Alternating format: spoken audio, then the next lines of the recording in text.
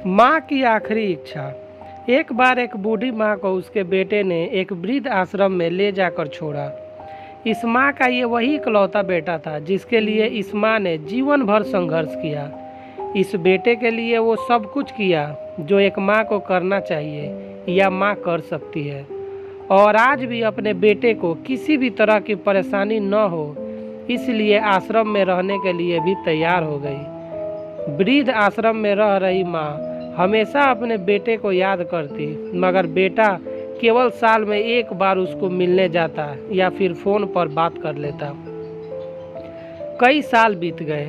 वृद्ध आश्रम से बेटे को एक दिन फ़ोन आया। उन्होंने कहा, बेटा जल्दी से आश्रम आके अपनी माँ से मिल लो, वो बहुत सीरियस है। बेटा जब अपनी बीमार माँ के पास पहुँचा तब वह अपनी आखिरी सांसें गिन रही थी।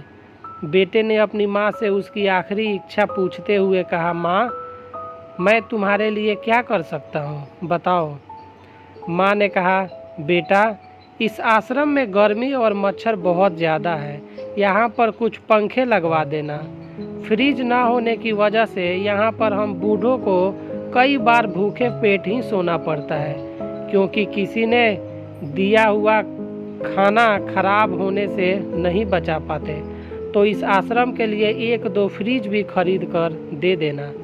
बेटे ने अपनी माँ की सारी बात सुनी और अपनी माँ से पूछा, आपने इतने साल यहाँ पर निकाल दिए पर आपने कभी भी यह बात मुझसे नहीं कही, और अब जब आपके पास टाइम नहीं बचा है तब आप यह सब कह रही हैं, ऐसा क्यों?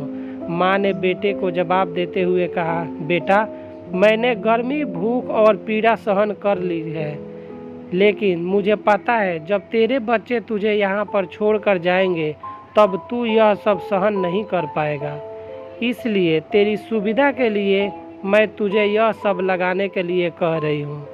दोस्तों, माँ की ये आखिरी लाइन किसी की बेटा या बेटी की आंखें खोलने के लिए सक्षम है।